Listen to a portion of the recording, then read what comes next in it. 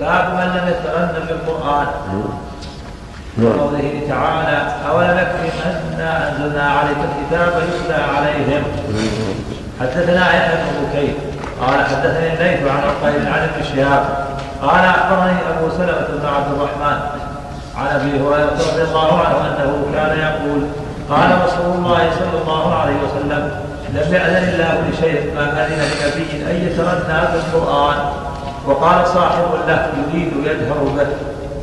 حدثنا علي ما أذن الله يعني ما استمع الله سبحانه، هذا وصف يليق بالله، هو القرآن كلامه واستماعه له استماع لكلامه.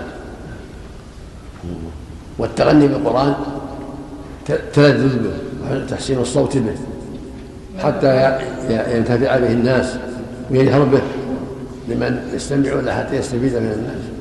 ليس منا من لم يتغنى بالقرآن يعني يحسن صوته حتى تخشع القلوب، يجهر به جاهرا بصوته متغنيا به حتى ينتفع الناس المستمعون حتى يستمعوا ويستفيدوا. فإنه إذا كان لا يتغنى به يعجل ولا تكون الفائدة قليلة، لكن مع تحسين الصوت والجهر بقدر ما يسمع من حوله ويستفيدون مع تلذذ ومع تخشع والبكاء إذا تيسر، يكون هذا أنفع للمستمع وأنفع لنفسه. ولهذا كان صلى الله عليه وسلم إذا قرأ يسمع لصدره أزيز كأزيز المرجل من البكاء.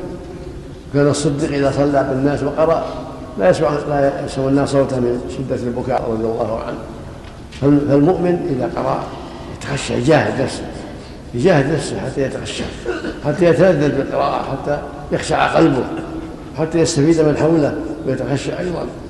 فيه وعيد يعني لا ينبغي للمؤمن أن يكون قراءة عجل لا يتدبر ولا يتعقل. هو المقصود مجرد القراءة، المقصود الفائدة. كتاب أنزلناه إليك مبارك ليدبروا آياته أفلا يتدبرون القرآن. المقصود التدبر حتى يعمل يتأثر